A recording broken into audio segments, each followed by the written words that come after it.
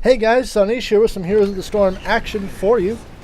This is going to be a bit of a special video. This is Titan Arena, a tournament that was just played recently.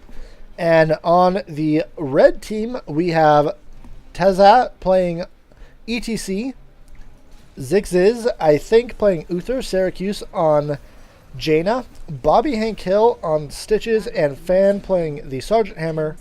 And on the blue team, we have Tempo Storm with Dreadnought playing Rhaegar, KO on Nazeebu, Soldier on Diablo, Arthalon playing as Tassadar, and Glaurung playing on Vala. So we're just going to pause here for just a moment. And if we take a look at the two separate teams, we have a lot of focus on initiation and damage, with Diablo being able to jump in, Vala building multi-shot, Tassadar with his storms, we have Ravaging Spirit, and then we have Rhaegar to heal up anybody that does get focused down. On Vortex, on the other hand, we have Jaina is their only assassin, and then we have Sergeant Hammer here along with Stitches, ETC, and Uther.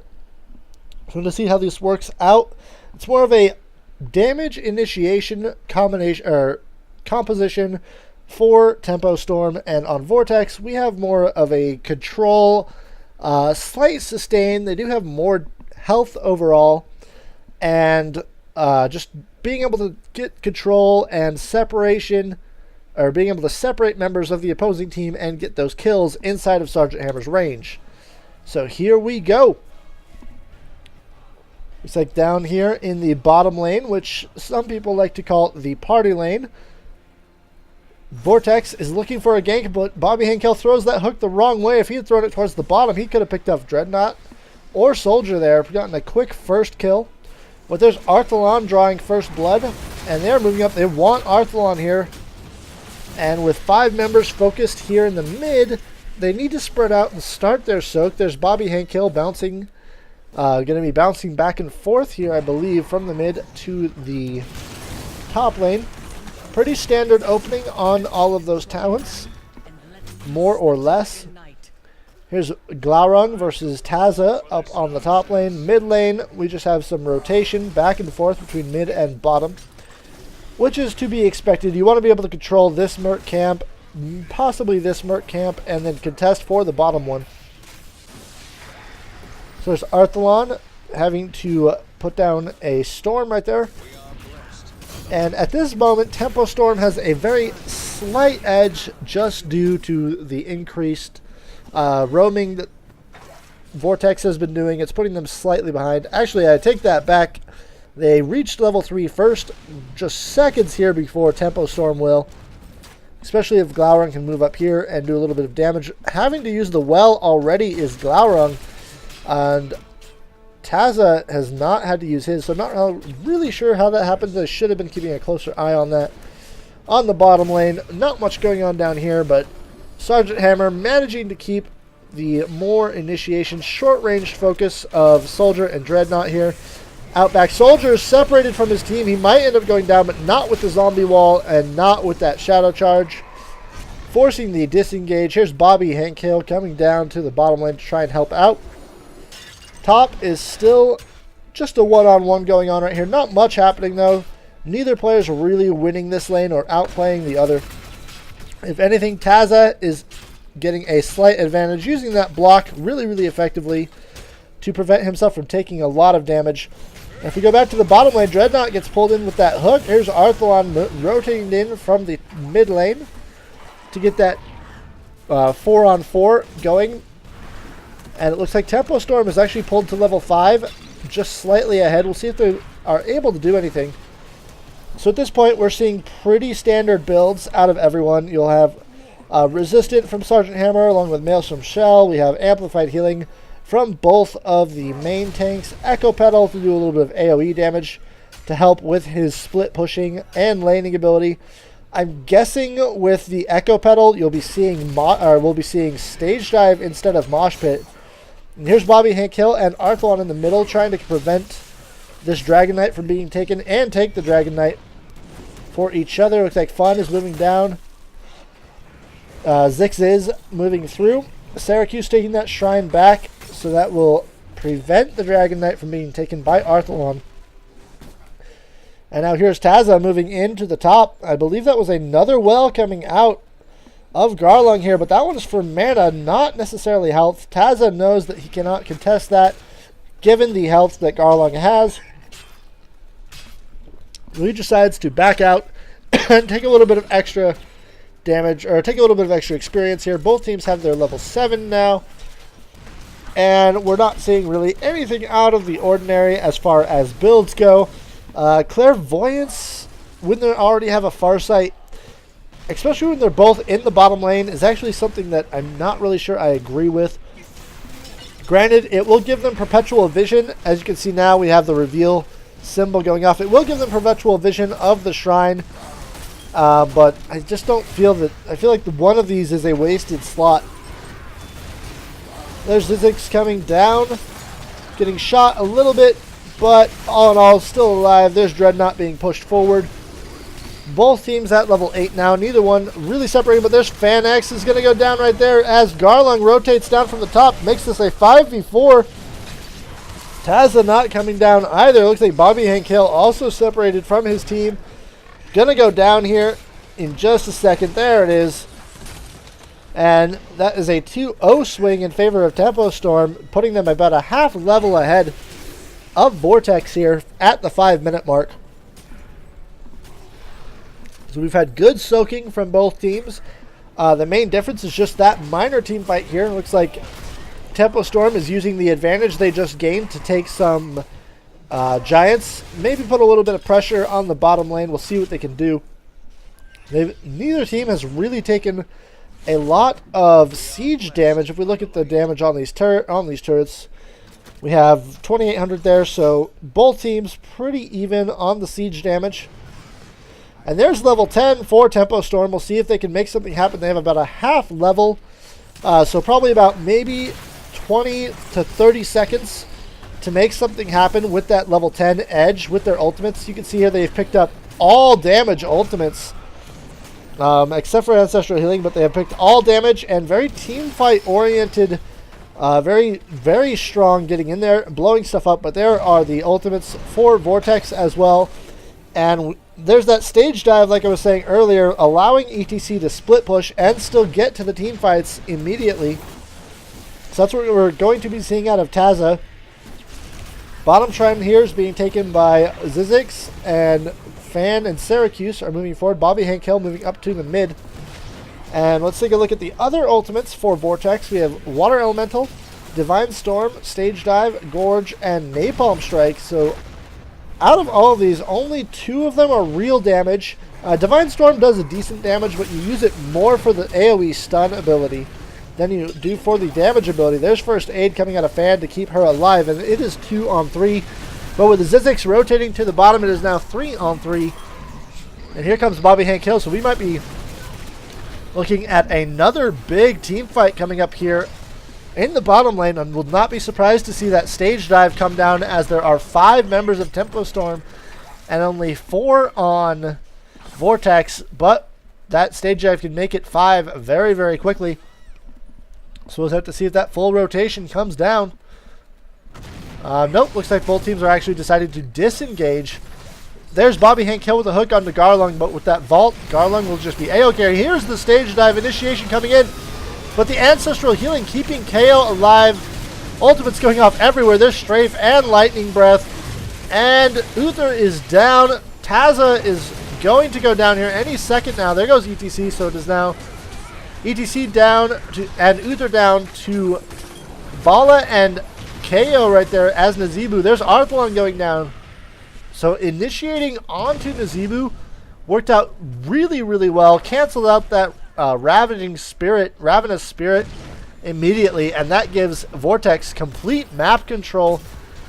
Looks like Dreadnought is making a beeline for this top fort, but it will be for the top shrine, but in vain, as Syracuse takes the Dragon Knight nonetheless. Well, excuse me right there. Just got a little bit of a cough in my throat for just a moment. But there's Syracuse attacking the towers right now. Without backup, I don't feel like this is really worth it. She has 40 seconds left. well, I just say she because he's a Jano, but it's most likely a dude. So 35 seconds left on that Dragon Knight. No need to go completely ham on it. You can buy time, wait for your team, wait for the creep wave support, use the light or use the fire breath to clear out the lane. And with that little bit of extra pressure put down, them rotating towards the bottom now, which is weaker than the mid was. And with some team support here, we have 10 seconds left on the Dragon Knight. Probably safe to actually just go all in on attacking with that Dragon Knight. And there's Sergeant Hammer firing off of napalm shells.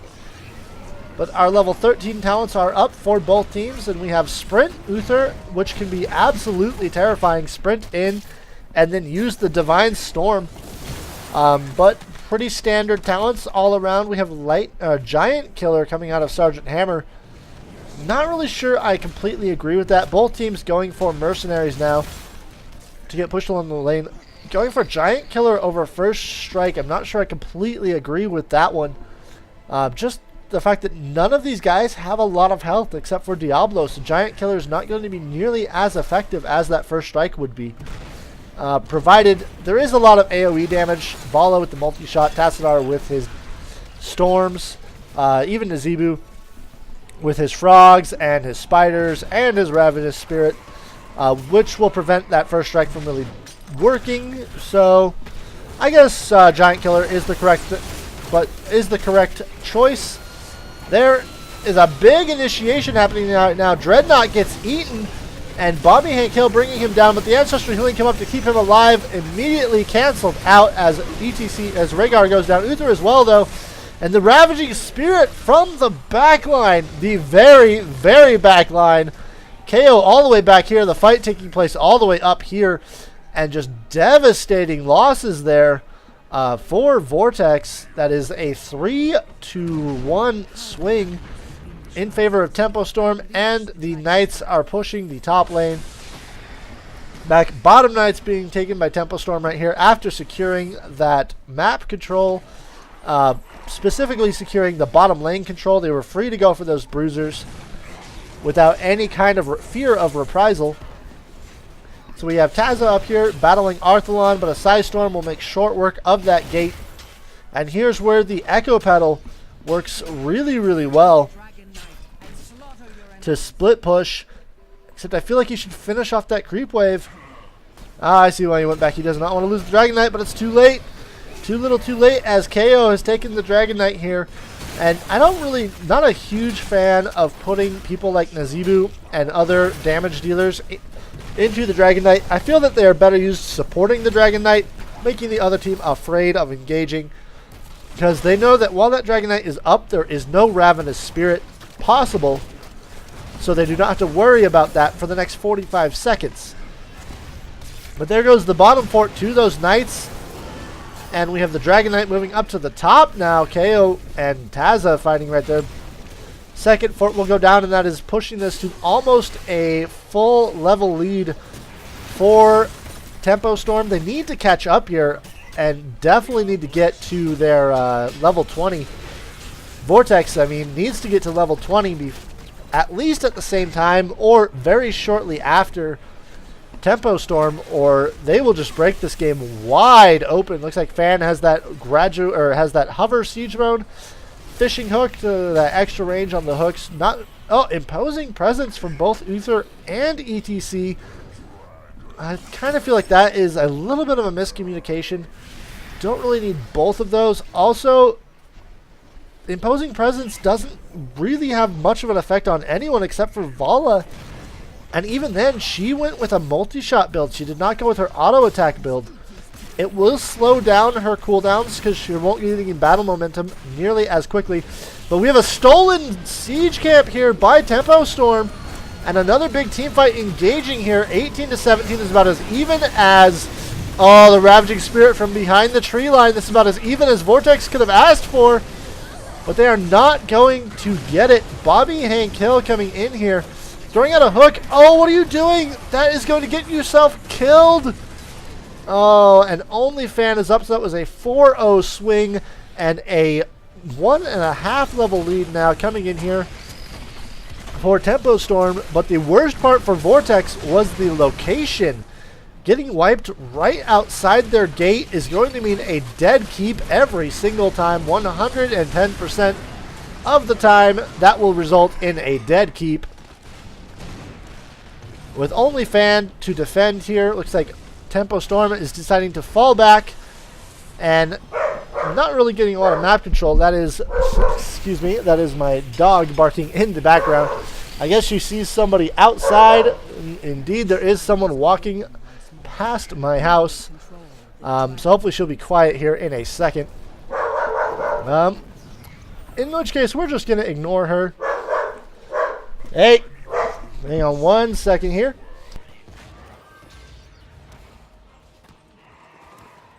So we are back after taking care of that little mistake. Yeah, you are kind of annoying sometimes. She's right over here begging me to go play with the person outside. But we have the top lane. We have Arthlon and KO pushing along the top. This top fort most likely going to go down. That is level 24 Tempo Storm. And Vortex needs to catch up here. They need to avoid a team fight at all costs.